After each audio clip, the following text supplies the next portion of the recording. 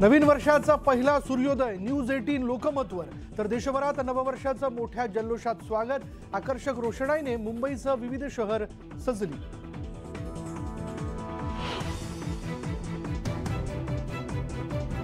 नववर्षाचं स्वागत देवदर्शनानं शिर्डी, पंढरपूर, शेगावसह सिद्धिविनायक, दगडूशेठ आणि गणपतीपुळ्यात लाखो भाविकांनी घेतलं दर्शन।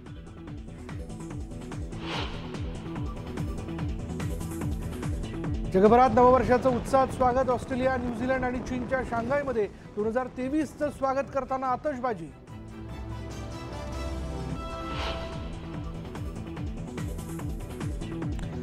मद्यपी चालकांवर मुंबई पोलिसांकडून धडक कारवाई। मध्यरात्रीनंतर दारू पिऊन गाडी चालवणाऱ्यांवर पोलिसांनी नोंदवल्या 127 केस।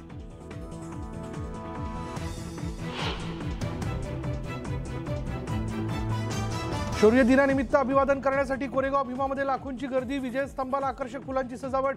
पोलिसांचाही कडेकोट बंदोबस्त। सर्वपक्षीय नेतेही करणार अभिवादन।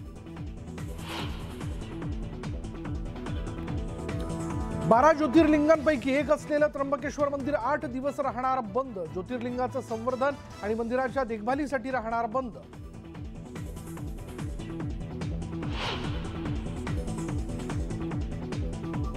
नववर्षाच्या पहिल्याच दिवशी मध्य आणि हार्बर मार्गावर मेगा ब्लॉक। पश्चिम रेल्वेवर कोणताही ब्लॉक नाही। घराबाहेर पडण्यापूर्वी लोकलचं वेळापत्रक पहा।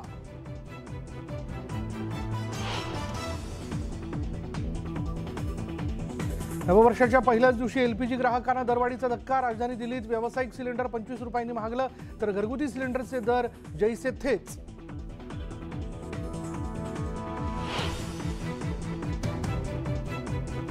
केंद्रीय कर्मचाऱ्यांसाठी खुशखबर। आजपासून महागाई भत्त्यात लक्षणीय वाढ। 65 लाख कर्मचाऱ्यांना मिळणार फायदा।